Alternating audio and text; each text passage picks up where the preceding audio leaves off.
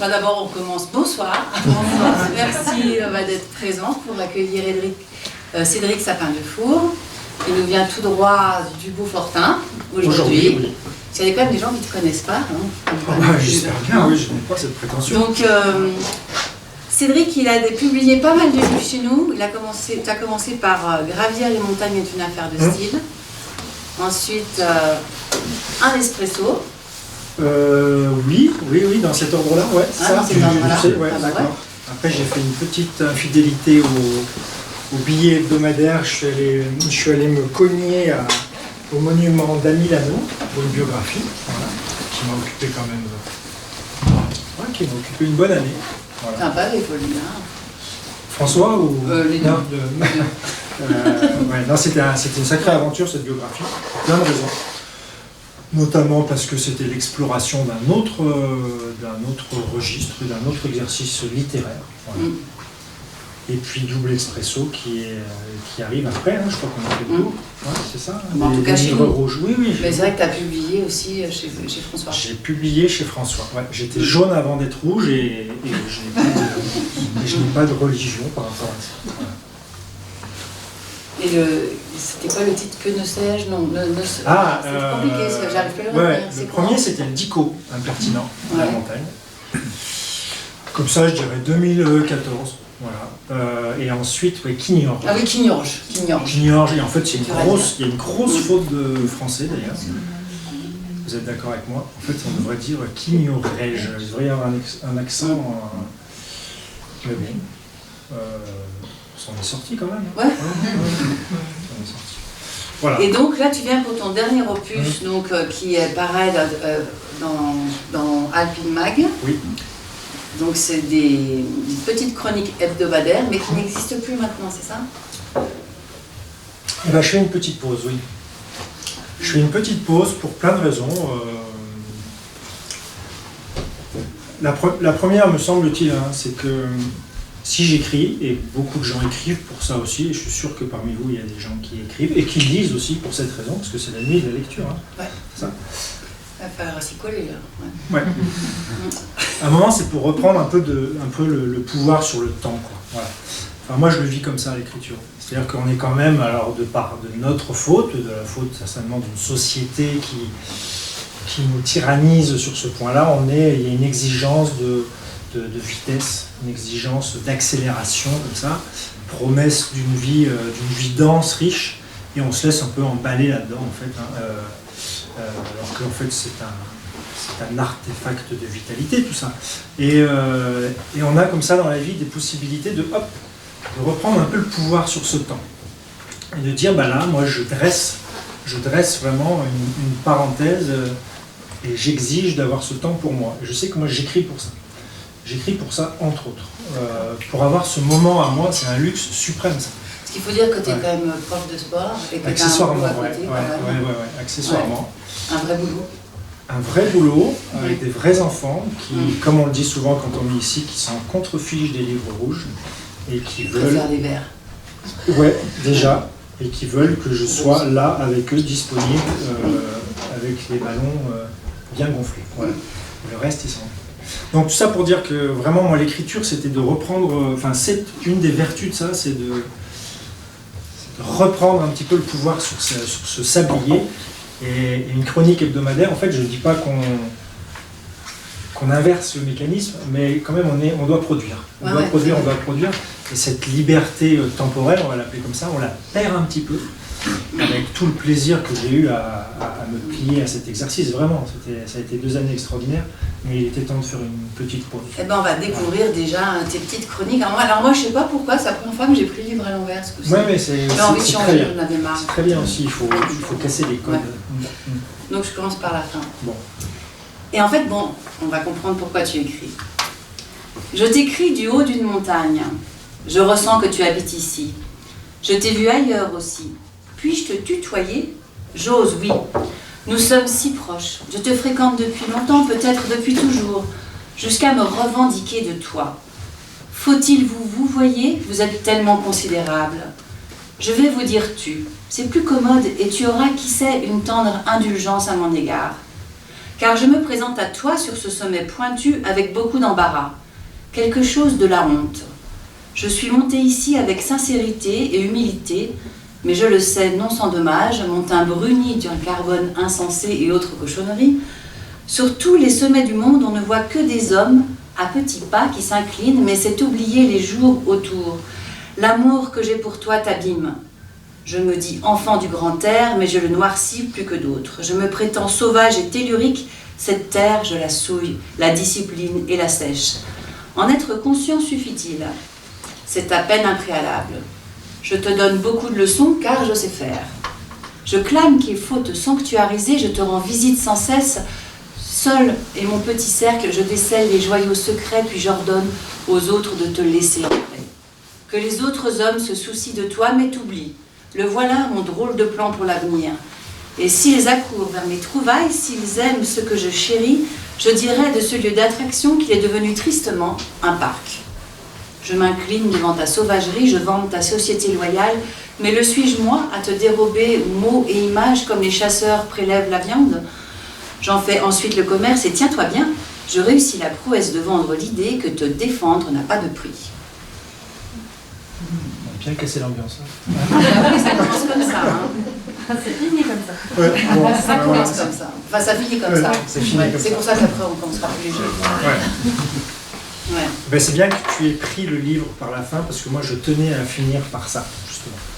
Je tenais à finir par ma déclaration d'amour aux espaces naturels qui emplissent ma vie, voilà, qui édifient ma vie, depuis, pas toujours, ça ne veut rien dire, mais depuis longtemps. Mais dont je sens bien qu'il se passerait bien de mes agitations. Voilà. C'est la schizophrénie qui nous occupe, nous les gens, les pratiquants des activités de nature en fait. Hein. C'est pas... Je n'invente rien, c'est-à-dire que si tout le monde s'agitait sur les montagnes, sur les mers, dans les déserts et sur les steppes comme nous le faisons, la Terre se porterait peut-être encore moins bien. Mais d'un autre côté, on est sincèrement épris de cette nature. Donc c'est un vrai combat intérieur, ça. Voilà.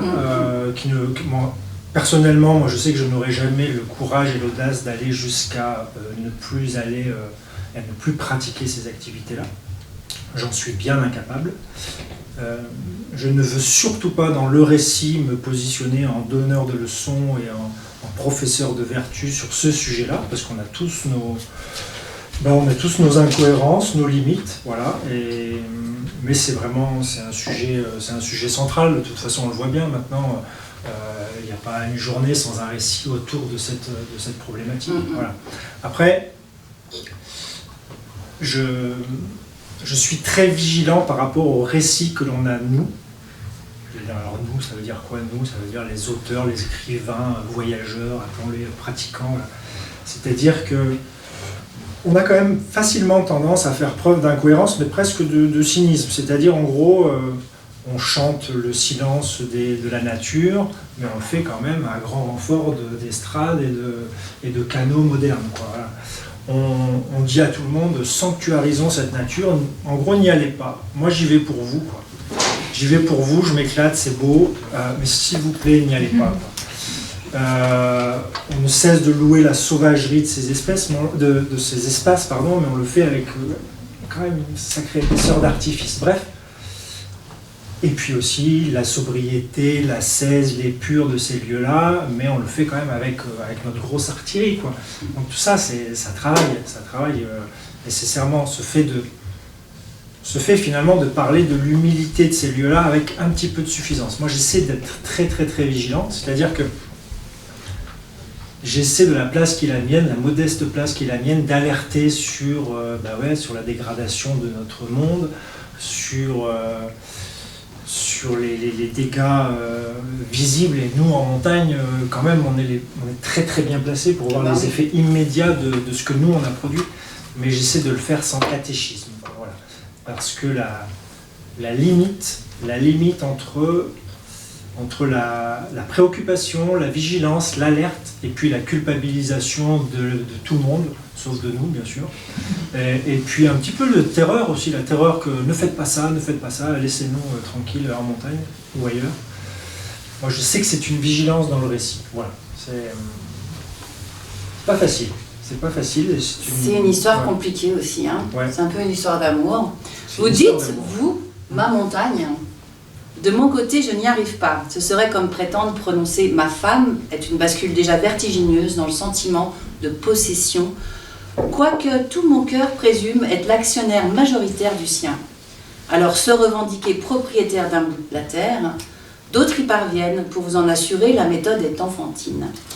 Faites le récit d'une escapade dans un coin reculé des Alpes, plutôt confidentiel, louez la beauté des lieux, ajoutez comme le calme de l'endroit à apaiser votre existence, illustrez de photos attrayantes, puis communiquez brièvement sur les modalités d'accès aux joyaux, et vite, très vite, les tenanciers du cadastre vont dégainer leur instinct de propriété et vous tomberez aimablement dessus, dénonçant votre odieux crime du dévoilement. Avec de telles inconsciences, dans 2 ans, la Bérarde ouvre son Starbucks. Sachez-le, ici c'est chez eux. Ici c'est secret. Le plus inquiétant, c'est qu'ils semblent en être persuadés. Estimez-vous heureux d'avoir eu l'autorisation de pénétrer dans leur massif, leur montagne, leur coin de paradis, mais par pitié, taisez-vous, sinon prochaine fois du goudron, des plumes et raus. Bien sûr, on vous dira que ma mège, mon kéras ou un autre mais sont des pronoms moins possessifs qu'affectifs. C'est ainsi, certains aiment jusqu'à en refuser le droit aux autres et l'idée de mutualiser le bonheur instantanément à leurs yeux le ternit. Ces gens-là pourraient nous faire rire, c'est le cas. En fait, ils sont terrifiants. Certes, il est des lieux de notre terre qui résonnent à notre cœur plus que d'autres, de ces places qui nous ressemblent où nous retournons jusqu'à y poser nos valises le temps d'une idylle géographique qui peut durer toute la vie. De ces terres qui nous accueillent, il n'y a pas à lutter contre ce magnétisme ni à le juger, mais verrouiller la porte derrière soi, c'est une autre histoire. Oui, c'est une autre histoire. Ouais. C'est Rousseau qui a dit, il faut toujours placer un auteur un peu. Ça fait bien. Il faut se donner un petit peu d'épaisseur comme ça.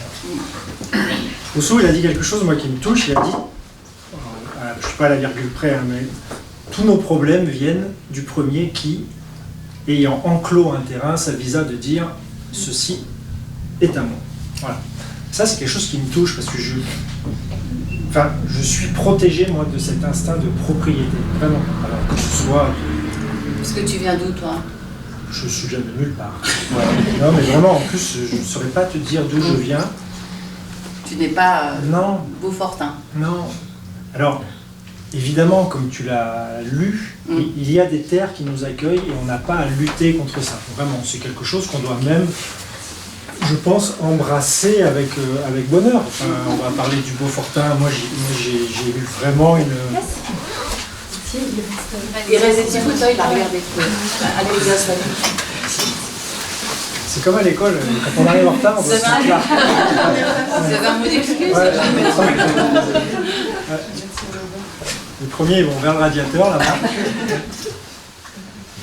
Moi, je sais que pour cette terre-là, j'ai eu vraiment une discussion tellurique, vraiment, sans jouer au chaman, le truc.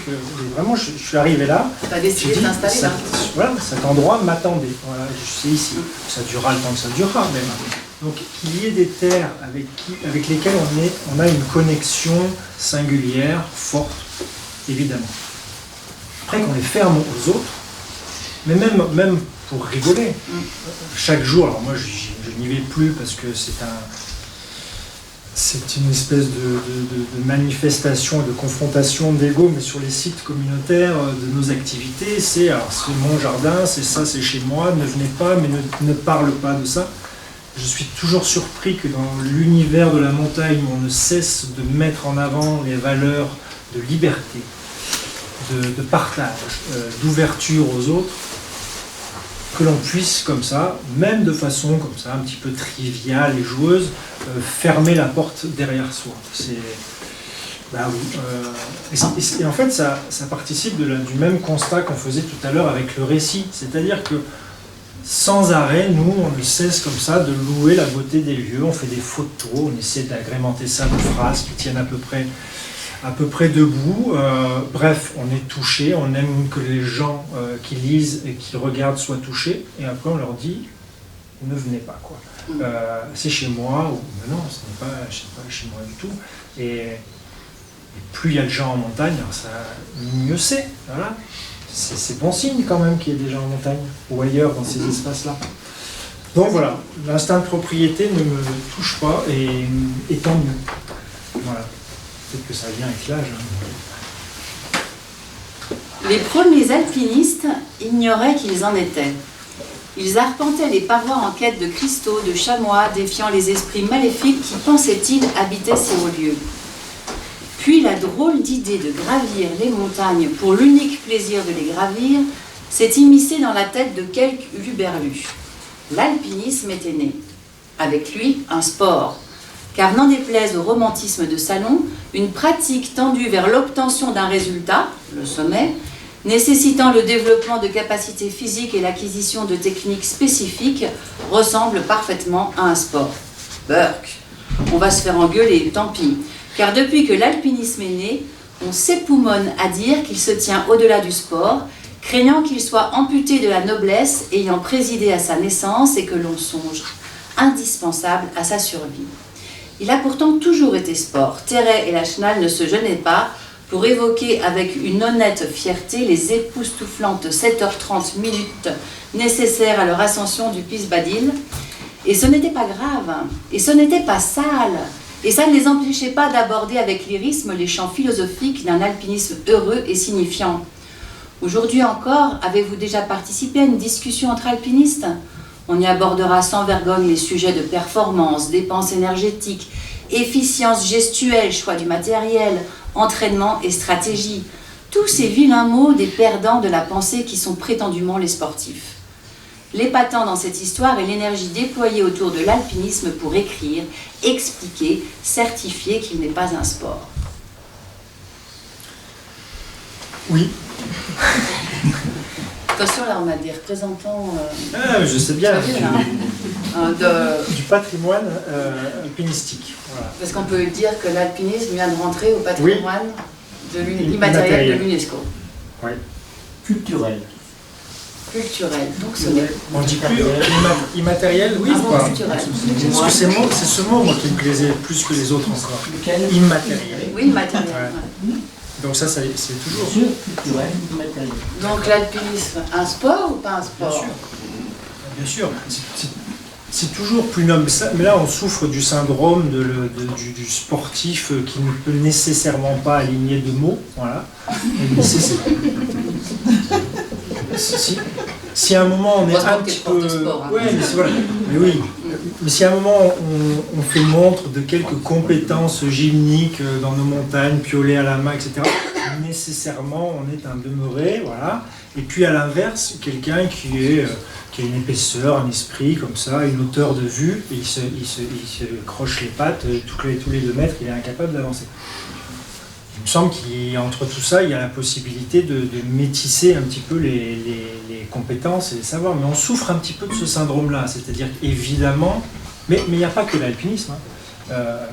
Discuter avec des rugbyman, ils ne sont pas dans un sport, ils sont dans une... Leur truc, c'est une manière d'être, une façon de voir la vie. Non, mais c'est un sport. Et puis nous, quand on va en montagne, qu'est-ce qu'on fait ? On s'entraîne. On est très content de progresser. Voilà. On pèse notre matériel. Voilà. Et puis on s'entraîne. Et ça n'est pas grave. Et ça n'est pas grave. Et ça ne nous empêche pas. On a l'impression toujours que l'intention, l'élan d'une activité ne peut être qu'unique. Voilà. Soit on y va pour être dans la performance pure et le reste, on est insensible aux beautés autour, on est insensible, on est incapable de se connecter avec le compagnon, ou à l'inverse, on y va béat devant l'esthétique des lieux, ces chocs-là, mais d'un autre côté, on met 3 heures pour faire 100 mètres. Non, on peut aussi y aller pour tout ça un peu. Et c'est le charme des activités de montagne en plus, c'est qu'en fonction de notre avancée dans la vie, et en fonction des pics, des creux de notre existence, et ben on va y aller pour telle ou telle raison. Voilà. C'est l'espace de liberté, c'est ce que tu dis. Mais bien sûr que c'est un espace de liberté. Et au premier chef, dans l'intention de ce que l'on met dans notre volonté, dans notre motif d'y aller. Enfin, heureusement qu'on n'y va pas tous pour la même chose, Sinon, ce serait quand même sacrément chiant nos discussions. Et puis, il y aurait un peu embouteillage et dans nos intentions et dans nos lieux de pratique. Voilà. Mais je le dis à nos copains athlètes de haut niveau. C'est-à-dire que il y a Paul Bonhomme la semaine prochaine aussi, Oui, je crois. tout à fait. Voilà. Paul, c'est quelqu'un qui se réalise et qui se vit en sportif de haut niveau. Voilà. Et il n'a pas à avoir honte de ça. Il met tout en œuvre, il s'engage, il s'expose, il s'entraîne, il consacre une grosse partie de sa vie et un certain nombre de sacrifices pour parvenir à être performant. Et là, ce n'est pas sale. Voilà. On a le droit d'avoir cette vision de la vie en dehors des stades et dans des lieux qui sont comme ça nimbés d'une mythologie, d'une esthétique, d'une philosophie. Et ça n'empêche pas de parler de l'alpinisme avec lyrisme. Voilà. Tout à fait. Vous pouvez réagir d'ailleurs à ça. Oui, on peut discuter. Parce qu'on est là pour ça. Il n'est pas que prof. Il peut aussi. Si vous avez des questions, n'hésitez pas. Enfin, vous en pensez quoi, vous? Sport, pas sport? Le coup de pied de la fourmilière, c'est l'ultra-trail. Mais on parle d'alpinisme. Oui, je sais, mais bon, on est quand même un petit peu en alpinisme. Mais bon, c'est vrai que c'est le sport. Et cette notion de sport, c'est intéressant. Je suis tout à fait d'accord pour dire avec ça que c'est un sport. Par contre, la petite nuance, elle est souvent au niveau du... On assimile souvent le sport à un jeu. On dit on joue au foot, on joue au rugby, on joue au tennis. On dit jamais qu'on joue à l'alpinisme ou qu'on joue à faire de la montagne.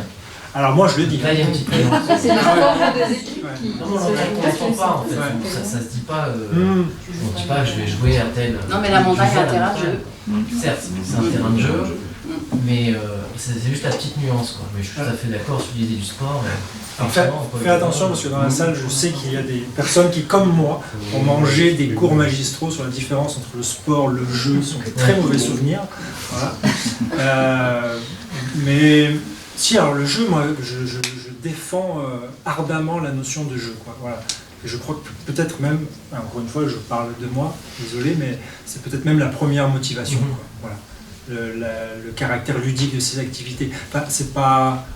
Les verbes d'action que l'on a en montagne, c'est quand même glisser, sauter, grimper, enfin ce que font les gosses, quoi. Ouais. Voilà. Alors, je suis pas là toujours dans une référence à une sorte de, tu parlais d'identité. Moi, je viens de mon enfance, quoi. Vraiment. Et c'est mon pays d'origine. Et ces mots-là, d'être capable encore à 40 et quelques balais de tous les jours, me dire que je vais glisser, je vais jouer dehors, c'est quand même un luxe et que d'alignement de privilèges il faut pour pouvoir aller jouer comme ça, économiquement, physiquement, socialement, c'est magnifique, quoi. Donc, mais ce qui n'empêche après que dans ces jeux, je cherche à être performant. Et voilà.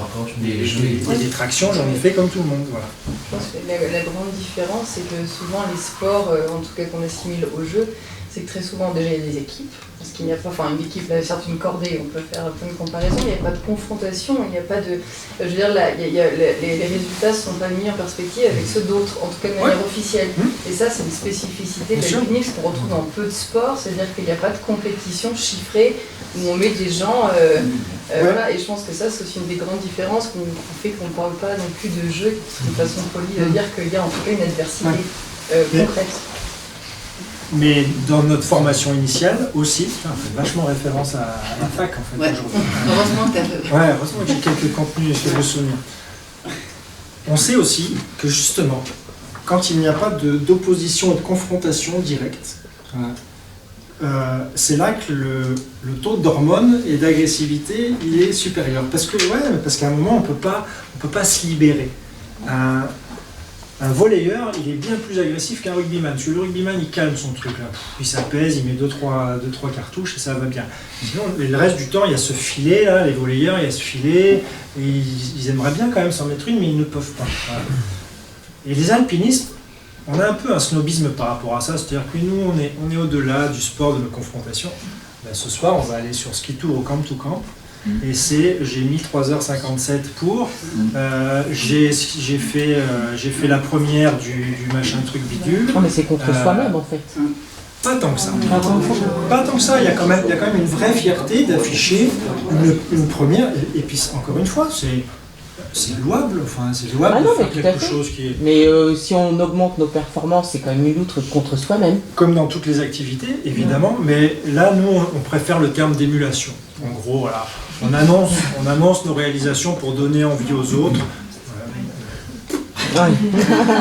C'est juste, voilà, j'ai skié ça aujourd'hui. J'ai fait du 1200 m/h en ski, mais c'est pas important. Mais si, c'est important, je le dis. Voilà. Moi, je te le dis quand même. Mais je te le dis quand même, mais c'est pas ça qui est important. Voilà. Mais ça, c'est un débat. Drôle de race que ces alpinistes, quand même. Ouais.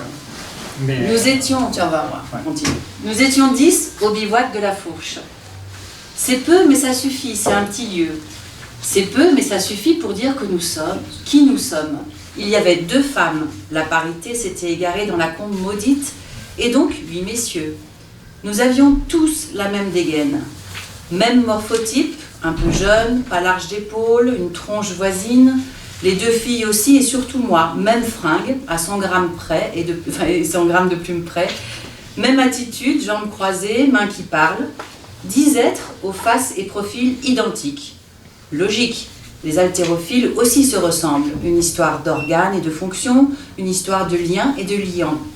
Sur les 10, pas de noir, pas d'arabe, pas de jaune, que des blancs-becs cramoisis, monochromie de rigueur.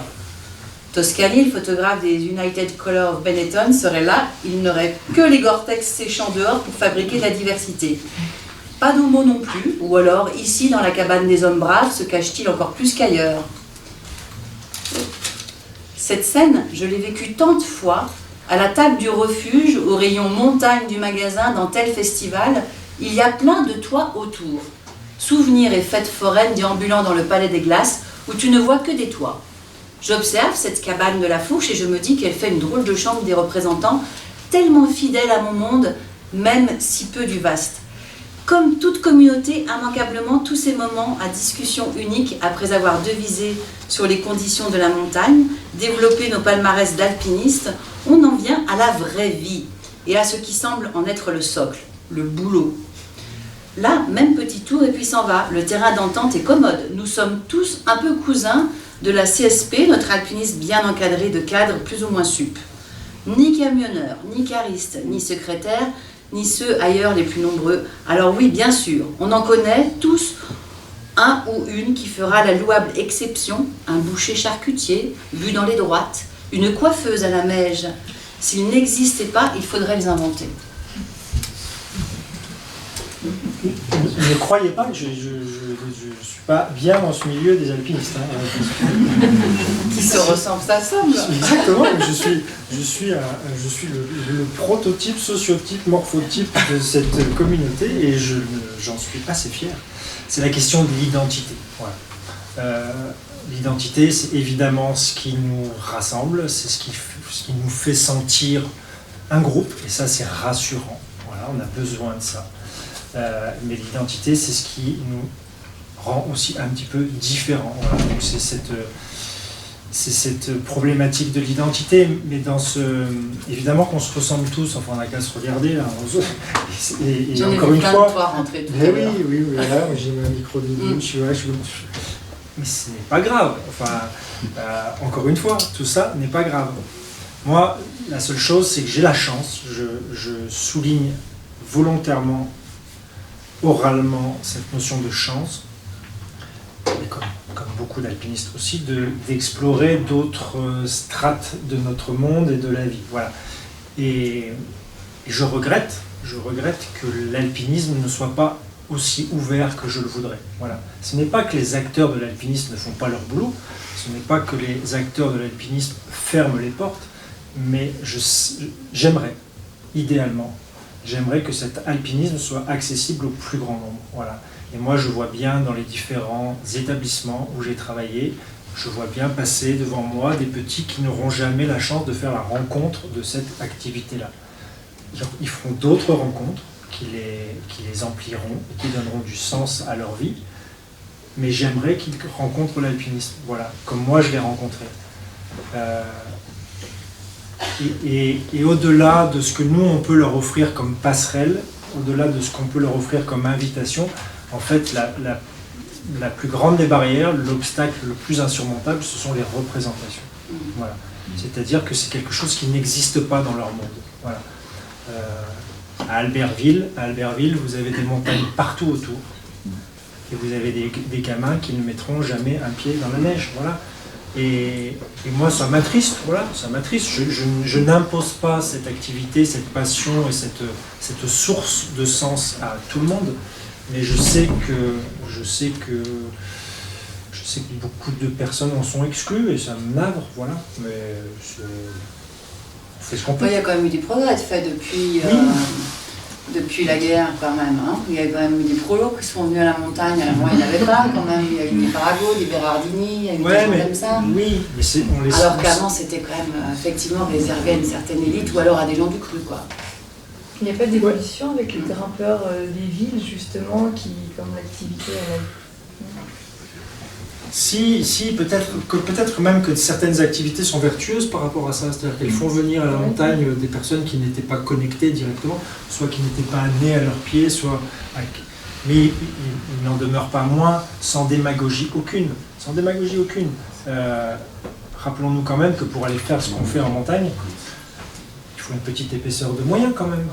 Enfin, c'est pas une nouveauté que de dire ça. Donc nécessairement il y a un tri qui s'opère. Mais on fait tous en sorte d'essayer de présenter la montagne au plus grand nombre.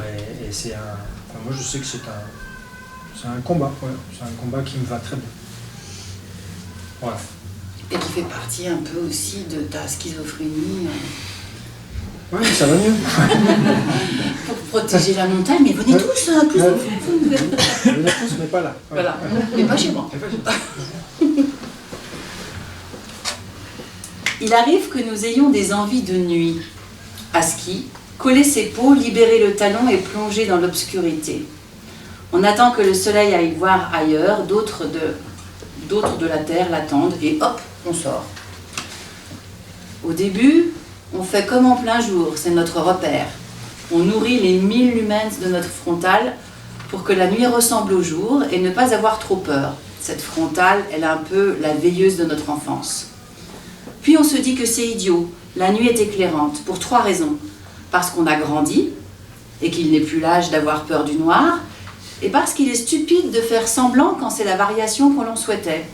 Parce qu'on ne voit que nous depuis le village et nous n'avons pas fait le choix de la nuit pour être à ce point visible. Alors on baisse la lumière, jusqu'à presque rien, sauf parfois la lune. On baigne dans le noir, cette corbeille de rêves et de fantasmes. Notre univers se réduit aux 2 mètres devant nous, et c'est une magie pour que cette sensation, au-delà de ces 2 mètres, il n'y a rien qui nous intéresse ni nous distrait. L'oubli joyeux du monde est autorisé. Il suffit de tourner la tête pour changer d'histoire. Et tout se met à baisser de concert. Le rythme, l'idée n'est pas de nous presser. La voix, nous nous mettons à chuchoter comme si nous étions chez un autre. Les ambitions, être là suffit. Comme certains de nos sens se mettent en sourdine, d'autres se révèlent, on entend tout à des kilomètres. Le moins de crissement et l'on saisit des senteurs jusqu'alors ignorées. C'est une révélation, la nuit ne tue pas la vie. Pour un peu, elle la sublimerait. On croyait connaître ces lieux par cœur, eh bien non, c'est une revisite. On découvre les charmes de la nuit, du silence à la solitude. Pour tout dire, on se sent gâté. À la descente, on fait un peu plus de bruit, terre notre enthousiasme est au-dessus de nos forces. On s'excuse du dérangement, c'est la première fois qu'on parle aux arbres. Ça fait partie des plaisirs justement de la montagne. La nuit, on n'en parle pas assez, on en parle bien. Alors, jusqu'alors, pour moi, c'était un plaisir estival. C'est-à-dire qu'on est tenu de partir assez tôt, voire très tôt, en montagne l'été.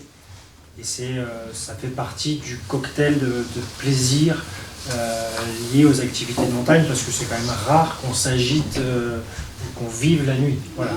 Donc, enfin, si. Dans un état d'ébriété. Si, on l'a bien fait, mais on parlait moins aux arbres. Ou alors, on parlait peut-être aux renards aussi. Ici, il y avait des discussions, mais bref. Et donc, je me suis dit, comme beaucoup, parce que c'est peut-être aussi un élan, pas de mode, mais un élan collectif, que cette nuit, elle pouvait être aussi conquise l'hiver en ski de rando, voilà. Mais c'est assez particulier parce que moi j'y éprouve des plaisirs supplémentaires, voilà, de silence, de quiétude, mais aussi très vite une sensation de gêne, de ne Être à ta place. pas être à ma place. Voilà.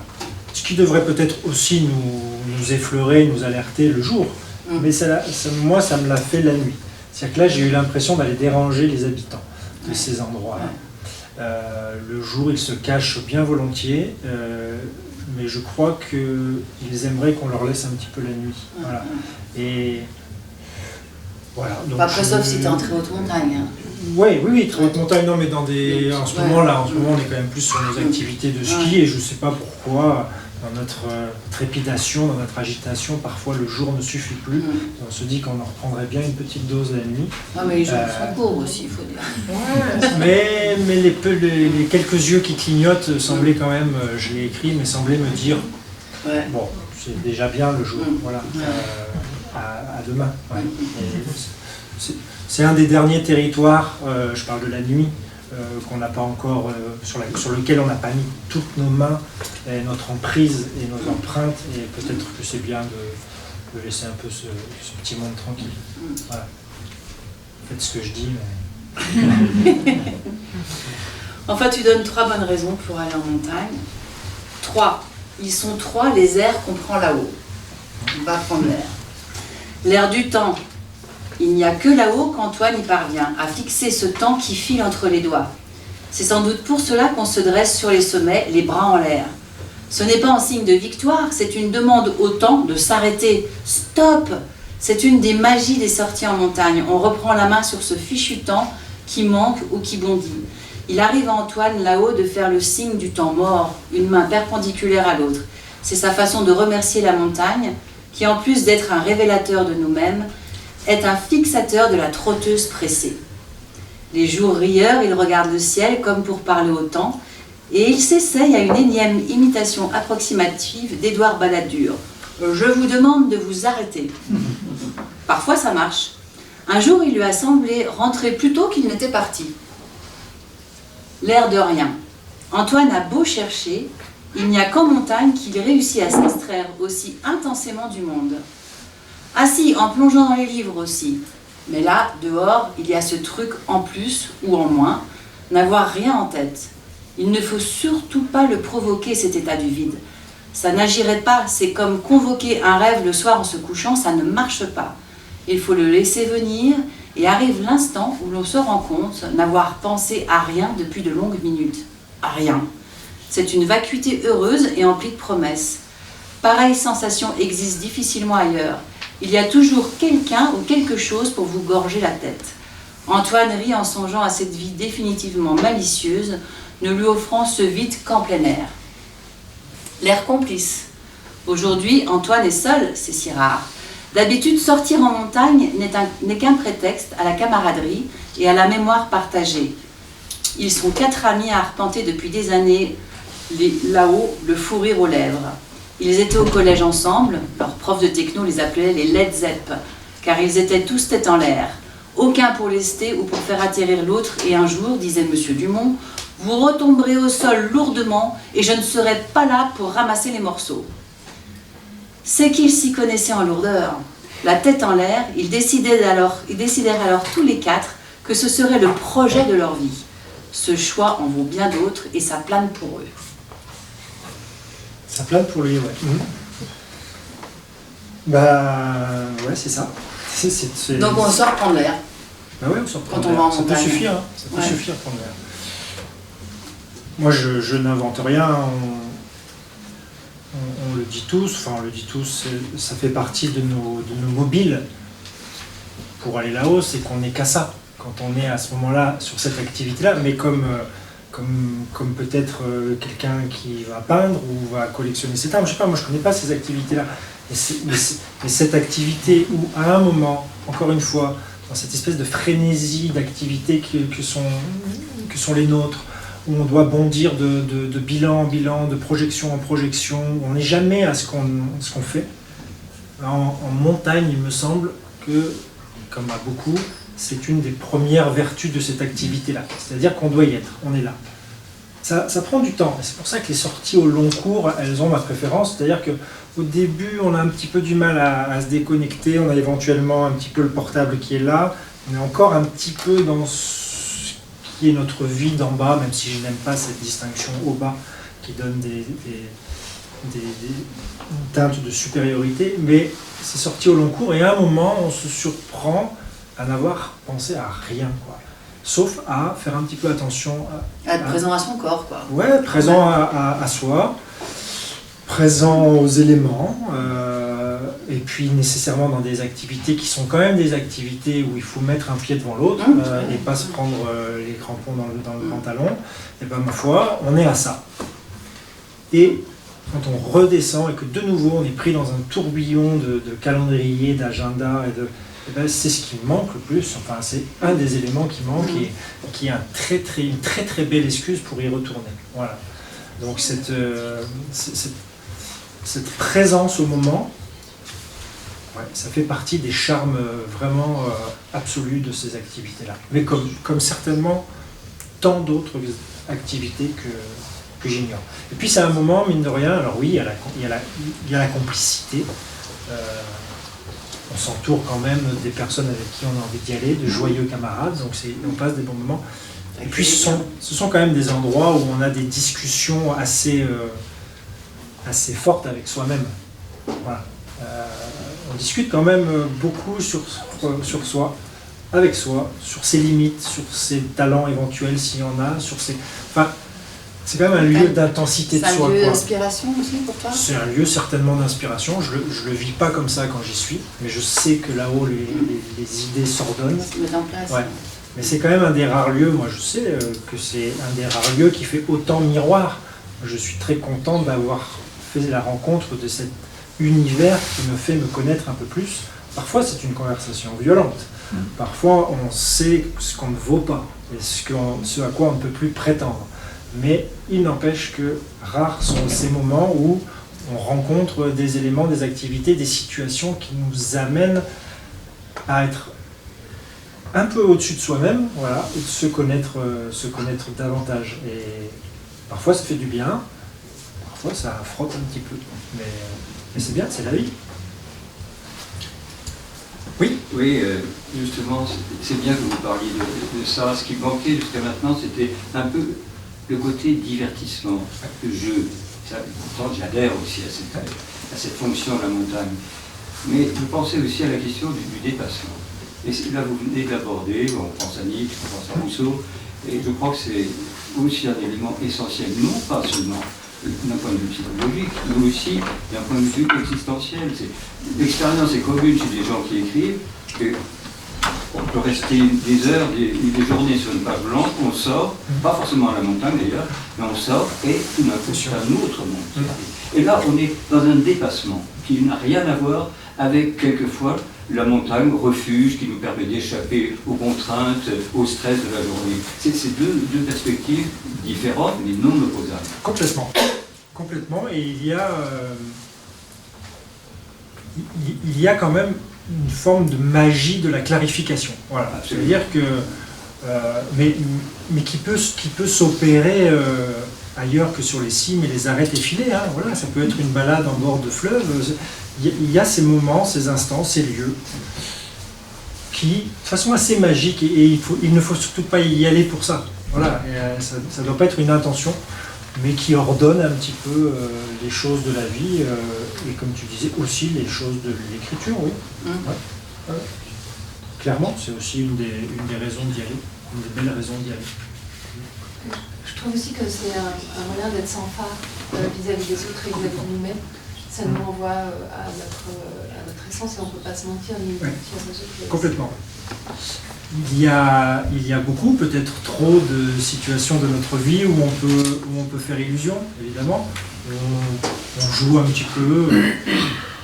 Il me semble, alors encore une fois, sans détermination d'une forme de supériorité de cette activité par rapport aux autres, mais il me semble, oui, que dans ces activités-là, à un moment, on ne peut plus trop jouer à quelqu'un d'autre. Voilà. Et on se révèle aux autres, à nous-mêmes, encore une fois, je le dis, parfois, ça peut être une forme de désillusion et d'espoir qui, comme ça, s'efface petit à petit. Mais oui, je crois qu'il y a un vrai miroir. Hein. Ouais, j'y pense souvent quand je me retrouve face à la glace. Voilà. Non, mais c'est tout con. On ne va pas dire tout con. Ouais. C'est pas ça. Ouais, et il y a cette espèce de métaphore du miroir, quoi. Vraiment, où là, quand on est là-haut, qu'on se demande pourquoi on est là, qu'on n'est pas si fier que ça, qu'on se trouve peut-être pas au niveau, qu'on a peut-être un peu crâné ou pas, ou qu'au contraire, on trouve que finalement on s'en sort pas si mal, et on a cette montagne qui, pas par hasard s'il y a tant de glace que ça. Ouais, elle nous renvoie quelque chose. Ouais. Il y a d'autres réactions ou vous avez des questions?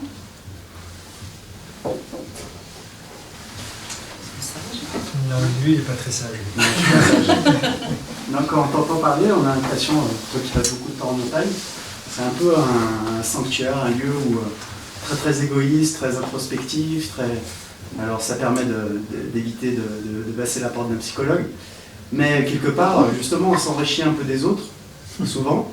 Et pour bien te connaître, tu passes beaucoup de temps avec certaines personnes et peut-être que les autres qui sont en bas, justement, ou à d'autres endroits, sans les évincer, mais qu'on peut pas y perdre, mais le temps qu'on passe là-haut, on le passe pas aussi avec d'autres personnes qui pourraient aussi nous marquer une ouverture, marquer autre chose que ce qui est là-bas.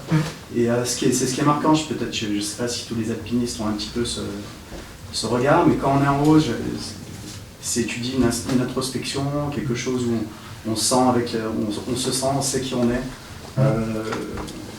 Ouais. Et du coup, voilà, j'aimerais avoir ton regard là-dessus, si vraiment tu as plus envie d'être là-haut qu'être en bas, ou si le retour en bas, ça te donne envie de retourner là-haut, et c'est le cercle qui fait que tu es schizophrène. Clairement, le balancier, il opère, il a envie d'être très souvent, plus que là-haut, dans les grands espaces naturels. Oui, ça c'est vite une demande de ma part à moi-même. Ça, je suis d'accord. Après, il me semble que la vertu supérieure de tout ça, c'est que tu ramènes cela en bas. C'est-à-dire que cette hypersensibilité ou cette acuité que tu développes, cette sensibilité aux autres, aux éléments, une fois que tu redescends, tu t'as pas déposé ça là-haut. Hein. Moi, je sais que cette rencontre des activités de montagne m'a transformé dans mon rapport aux autres, mais là, centre-ville de Lyon et partout. Voilà, j'ai ramené ça. Et ça demande à y aller souvent, mais je n'ai pas l'impression que cette façon d'être au monde, d'appréhender le monde et les autres, soit exclusif à ces lieux. Voilà. Au contraire. Tu parles à des gens qui vont pas en montagne? Oui, mais bien sûr. Non. Ça me rassure alors. Moi qui ne cesse de prôner le métissage et surtout l'absence de répétition et de rabougrissement et de renfermement à ce milieu dans lequel on peut être bien, évidemment. Et je ne demande qu'à être surpris en allant explorer d'autres univers où, naïvement, de façon faussement naïve, j'y vais et je suis surpris. Non. Mais pour répondre à ta question, pour moi, il n'y a rien qui se distingue entre le haut et le bas. Voilà. C'est simplement ce que moi j'ai appris de la vie, de moi et de mon rapport au monde et aux autres. Je pense que oui, ça a été un champ d'apprentissage, ça a été celui-là pour moi, mais il aurait pu être ailleurs. Ça a été mon champ d'apprentissage, il est là. Mais il m'a rendu différent, je ne dis pas ni meilleur ni quoi que ce soit, mais il m'a rendu différent dans ma façon d'être. Et mine de rien, même si on essaie d'y passer le plus de temps possible, on est quand même plus souvent là que sur les sommets. Donc autant aussi être à peu près adroit dans nos relations aux autres, hors des montagnes. Oui, parce qu'il y a l'après, et puis il y a aussi la blessure, tout simplement. Mais bien sûr. Le possible d'être blessé sur du long terme. Bien sûr. Et puis, mais de toute façon, toute idée de l'exclusivité me donne l'affreuse sensation de la sécheresse, quoi, de l'appauvrissement. Voilà, parce que si demain, ces fameux compagnons dont tu parles ne sont plus là pour telle ou telle raison, je me retrouverais quand même comme un, on peut encore dire con, comme voilà, ouais, parce qu'il y a, j'en ai droit à 2, je crois, le soir de la nuit de la lecture. Ouais, non, il n'y a rien d'exclusif, et puis surtout pas une fausse certitude, une croyance qui, comme toutes les croyances, serait paresseuse, que ce qu'on peut faire comme rencontre, mais au pluriel, dans ces activités-là, dans ces univers-là, on ne pourrait pas le faire ailleurs. Heureusement, on peut le faire dans une bibliothèque et on peut le faire dans un club de salsa, par exemple. Au hasard. Néanmoins, comme c'est quand même une activité passion, ça peut induire autour de soi une certaine incompréhension. Oui. Et c'est ça, en fait, Oui. qui crée le clivage. Oui. La discussion permanente et sans fin, et qui, moi, m'intéresse sur l'essentiel et l'inutile. Voilà. C'est-à-dire comment répondre à ces personnes qui nous disent à quoi ça sert. Mais à quoi ça sert d'aller là-haut? C'est sûr que, vu de loin, observé par les profanes, et en plus, malheureusement, ces gens-là, on leur présente la montagne quand? On ne leur présente la montagne que quand il y a du sang, voilà. Et puis des drames, donc on ne peut pas leur en vouloir de se forger une idée de ce qui se joue là-haut de cette façon-là, morbide et pleine d'incompréhension. Voilà. Mais quoi répondre à ceux qui nous demandent à quoi ça sert? Ben, ça sert à rien en fait. Ça sert à rien, comme la peinture, comme la musique, ça sert à rien, ça rend heureux. Toute la beauté de la pratique. Ben voilà, exactement. L'inutilité essentielle de cette chose-là. C'est ce que Thérèse a dit dans un livre magnifique, Voilà. Les conquérants de l'inutile. Voilà, tout est dit. La passion, ça sert, c'est le fil de la vie pour certaines personnes. Bien sûr. Donc c'est pour ça que je pense que ça crée une incompréhension. Au-delà du fait qu'on pense que ce soit utile ou inutile, ça c'est autre chose. C'est quand même pour certaines personnes qui ont la chance de pouvoir vivre ça, c'est le fil de la vie. Bien sûr. Bien sûr, et moi je remercie chaque jour, je ne sais pas qui, de m'avoir fait rencontrer cette activité-là, qui est source de sens et qui m'emplit. Ça aurait pu être une autre, c'est celle-ci. Tout à fait. Et voilà, et c'est comme ça. Est-ce que vous avez parfois des sentiments de culpabilité de laisser des proches en bas, même si c'est pas péjoratif, et de poursuivre votre passion? Non. Non, parce que déjà je les prends avec moi.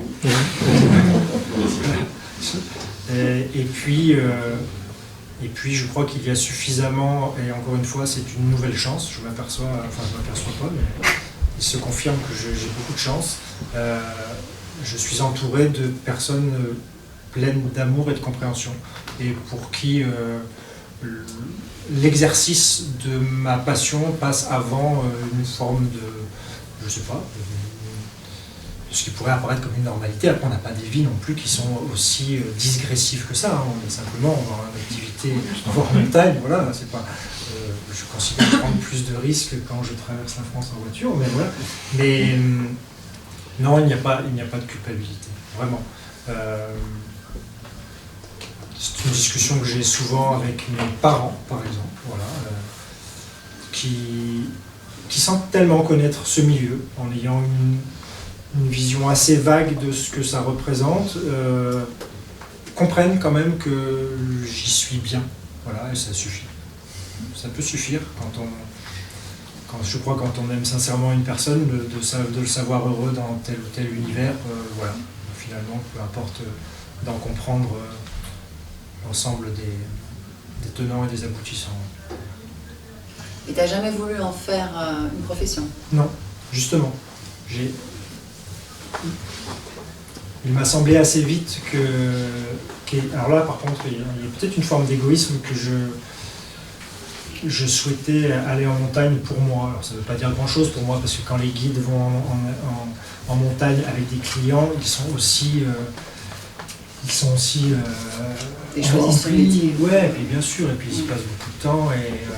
Mais je sentais que... Alors après, parallèlement à la découverte et à l'approfondissement de des activités de montagne, et puis globalement de nature, je suis petit à petit devenu enseignant aussi. Et il me semblait que la part de partage, la part de transmission et la part de professionnalisation des activités sportives, je la satisfaisais avec ça. Voilà.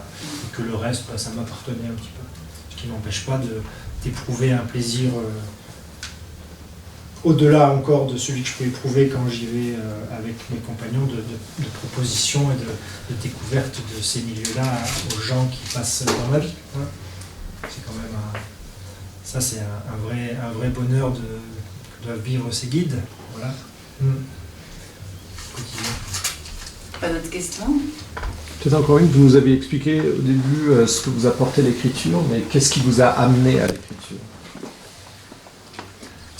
C'est ce que je disais tout à l'heure, c'est une conscience assez vite dans ma vie, une conscience que ça allait être un espace-temps, et même un lieu qui allait m'appartenir un petit peu, où j'allais pouvoir me réfugier, alors sans misanthropie aucune, et sans aversion pour les choses du monde, mais je sentais que c'était un petit endroit où j'allais pouvoir m'ébattre tranquillement. Et tu es joueur. Tu aimes jouer avec les mots. Hein. Oui. Très joueur. Ouais.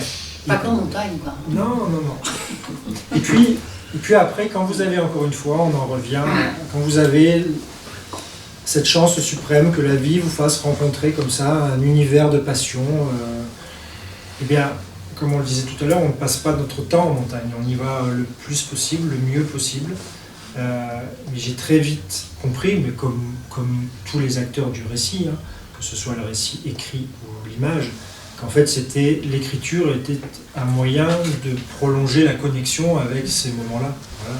Moi, quand je redescends en montagne, le simple fait d'écrire, alors je n'écris pas que sur la montagne, mais plus sur le grand air, on va dire. Voilà. Ça me permet d'y être encore un petit peu. Et c'est ta façon de transmettre finalement. Ouais, à la différence du guide qui est aussi un passeur, toi tu transmets par l'écriture. Bien sûr. Il y a plusieurs façons d'emmener les gens à ces univers-là. C'est soit on les met au bout d'une corde, et puis on espère que par cette corde, il y a un petit peu d'appétit et de goût pour ces choses-là qui passent. Voilà. Et là, en plus, la métaphore cordiale, elle serait vraiment belle. Et puis, ceux qui n'ont pas la chance, parce qu'il faut quand même se souvenir qu'il y a tout un tas de personnes qui aimeraient y aller, qui ne peuvent pas pour un tas de raisons. Et ramener ces petits bouts de montagne, ces petites séquences de montagne, c'est un petit peu une petite ambition de partage, évidemment, de transmission. Ouais. Mais tout ça, oui, pour dire que l'écriture, elle a été aussi là, à un moment, pour prolonger cette connexion-là. Et puis c'est une très belle excuse familiale et sociale que de dire que le grain nourricier s'asséchant un petit peu, nécessairement il faut retourner là-haut, ou il faut retourner dehors. Oui, on comprend bien, sinon tu ne seras plus inspiré. Tu vas tourner en rond. Bien sûr, c'est le sésame le plus socialement acceptable. Voilà. Est-ce que le fait d'écrire est un plaisir? Sur le moment, j'entends. Oui, vraiment. J'espère. Il n'a pas l'air torturé. Non, mais c'est même... de trouver le mot juste, l'expression. C'est jouissif. Non, mais c'est très addictif, en fait. Enfin, je suis sûr que là, vous ne nous le direz pas, mais beaucoup de personnes écrivent. Et comme vous le dites, à un moment de trouver enfin cette espèce de mélodie de mots qui jusque-là accrochait, on sent bien que ça ne va pas tout à fait. Et puis à un moment ça devient à peu près fluide, enfin dans la mesure de nos ambitions, mais c'est à peu près fluide, à peu près présentable. Et là, voilà, c'est un bonheur, c'est un vrai bonheur. Je suis presque chimique, enfin il faudrait doser un petit peu les endorphines dans ces moments-là. Je pense qu'il y a quelques pics, les mêmes que celles quelques virages dans une neige froide et sèche d'un samedi 18 janvier. Vous écrivez plus le jour ou la nuit? C'est très variable, voilà. C'est quand ça part, après généralement ça s'arrête pas. En fait, ça ne se contrôle pas tellement l'inspiration, mais pas que moi, tout le monde. C'est-à-dire qu'il y a des moments où on est particulièrement nul et l'écriture supporte mal, alors je peux dire ça parce que j'en suis un fervent, le fonctionnariat d'activité. C'est-à-dire que on peut pas dire, enfin moi je n'arrive pas à dire j'écris tous les soirs de 16 à 18h, enfin non, Parce qu'il y a des moments où ça va aller très bien et des moments où ça sera très, très chaotique. Donc en fait, il n'y a pas vraiment de règle. Il y a un petit signal d'alerte interne qui dit que là, peut-être, les mots vont à peu près correctement s'enchaîner. Et là encore, on en revient à nos sésames. Là encore, généralement, c'est quand même après une période d'inspiration au grand air, voilà, que les choses s'ordonnent. Voilà. Mais clairement, dans un travail d'écriture qui est parfois un travail pénible, on croit comme ça, je parle pas pour moi, mais je parle des écrivains talentueux, que l'écriture viendrait comme ça, comme de façon quasi innée et s'enchaîne, mais c'est un travail d'une rigueur, d'un temps à y passer et d'une discipline à laquelle on s'astreint, vraiment, qui n'est pas négligeable. C'est précis. Donc il y a une précision de oui, mots, j'y tiens. Et il y a justement ça met de la Nous saveur aussi. et du sens. Ouais. Ah, oui. Ça met de la saveur et du Bien sûr, sens. bien sûr. Et c'est la justesse des mots, c'est vraiment un élément de la vie auquel je suis particulièrement attaché, non pas que pour moi et dans mes activités d'auteur, d'écrivain, pour ça. Mais c'est ce que je dis chaque jour aux jeunes que j'ai entre les mains. C'est-à-dire que celui qui a le mot juste, il maîtrise la situation. Voilà. Ce n'est pas pour empiler des milliers de mots de vocabulaire et pour savamment comme ça les exposer, mais c'est simplement pour pouvoir se défendre. Voilà. Pour comprendre le monde, pour pouvoir se défendre, et sinon on est très vulnérable. Dès lors qu'on ne maîtrise pas les bons mots, parfois il suffit d'un mot qu'on n'a pas pour que la situation devienne particulièrement difficile.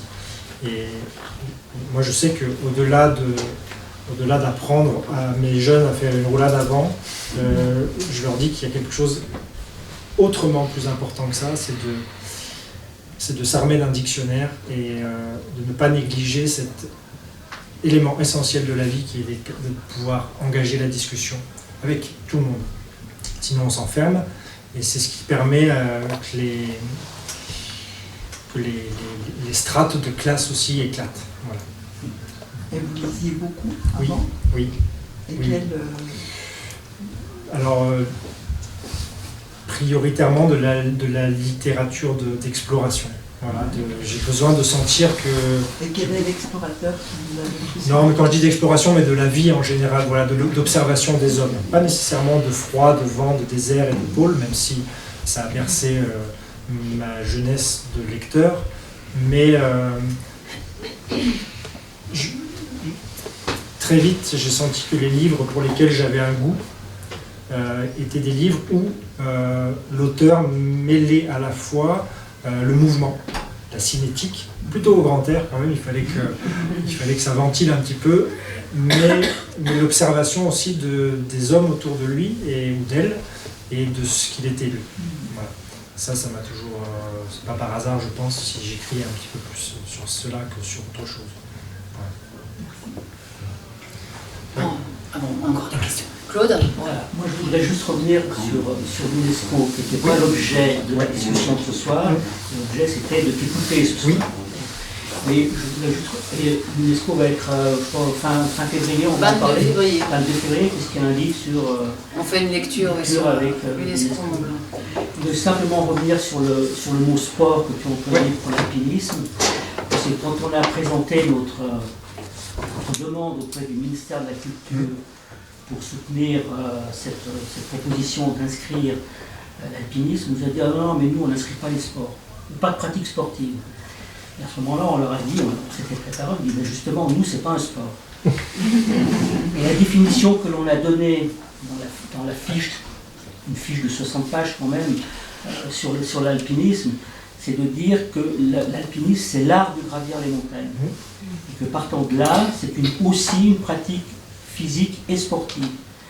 Mais on fait bien la différence entre l'art de gravir les montagnes et un sport, parce qu'un sport c'est normé, c'est souvent dans un stade, quelle que soit la dimension du stade, qu'il puisse être ouvert ou fermé. Et par exemple, je voulais donner un exemple qui précède de loin l'Ultra Trail. Il y a quelques dizaines d'années, c'était le record au Mont Blanc.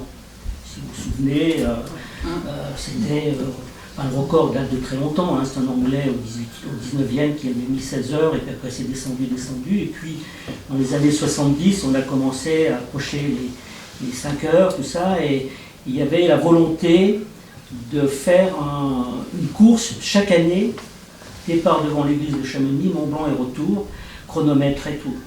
Et qui allait s'emparer de ce projet, c'était la fédération sportive d'athlétisme, d'accord, qui voulait faire ça. Et en plus, celui qui était le promoteur de cette pratique, c'est un Grenoblois et qui est arrivé sur la place de l'église là quand il a fait son record avec Atochem, un grand Atochem sur son t-shirt. Atochem qui est le plus gros pollueur de la vallée du Brésil-Aujan.